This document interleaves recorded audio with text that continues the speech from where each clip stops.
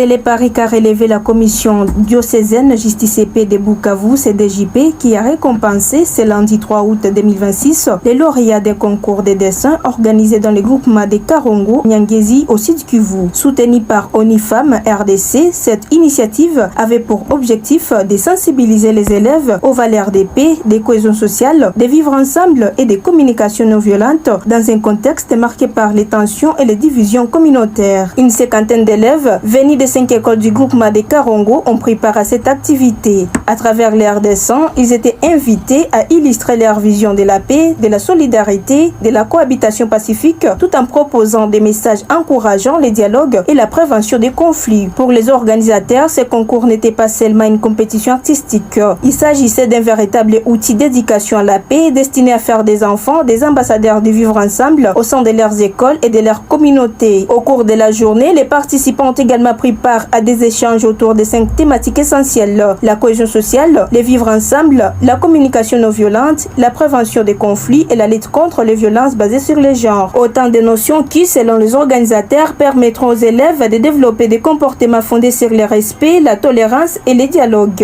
En tout cas, nous attendons que ces élèves soient des vecteurs de paix, soit des ambassadeurs de paix dans leurs écoles, partout ils passeront, qu'ils prêchent aussi leurs collègues, leurs pairs, les vivre ensemble, la cohésion sociale, et la résolution pacifique des conflits, mais aussi la lutte contre les violences basées sur le genre, parce que les adultes qui grandissent en ne sachant pas que la violence est une mauvaise chose, grandissent avec cette idée en tête et vivent avec la violence. Mais si dès les bas âges, ils comprennent qu'on doit vivre dans une société sans violence, on doit vivre dans une société où on se tolère mutuellement, où chacun jouit pleinement de ses droits, ces enfants vont grandir en ayant cette idée en tête et ces enfants vont perpétuer ces idées même aux générations futures. Après l'exposition des différentes œuvres et les délibérations du jury, 5 décès se sont distingués. Le premier prix a été décerné à Boussime Christine, dont l'illustration mettait en lumière la force du vivre ensemble et les bienfaits de la solidarité. La deuxième place est revenue à Antoine Limululunganya grâce à une œuvre illustrant une communauté vivant dans la cohésion sociale. Chinamu Kankugiri s'est classé 3e,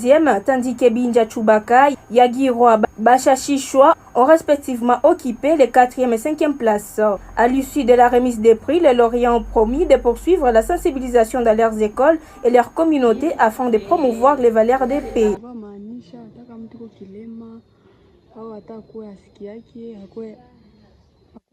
Mon dessin voulait montrer que même si une personne a un handicap, on doit vivre ensemble en union sans tenir compte de son état physique. Mon message est de dire aux autres de ne pas isoler les gens à cause de leur état physique, leur provenance, leur faiblesse, mais on doit vivre ensemble, nous tous.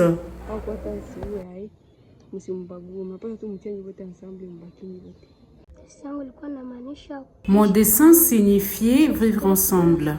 Sur mon dessin, on a vu comme les lions étaient là, les poissons ont quitté les lacs pour vivre avec les autres. La girafe a quitté la forêt malgré leurs différences. Ils vivent ensemble et les lions n'ont pas mangé ni les hiboux ni les oiseaux, mais ils vivent toujours ensemble. À partir de ces dessins, je voulais dire qu'on doit vivre ensemble, qu'on ne puisse pas créer des barrières et restons ensemble. Je prends l'engagement d'enseigner les enfants à dessiner et de vivre ensemble entre les parents et les enfants, que les filles et les garçons doivent être à l'école.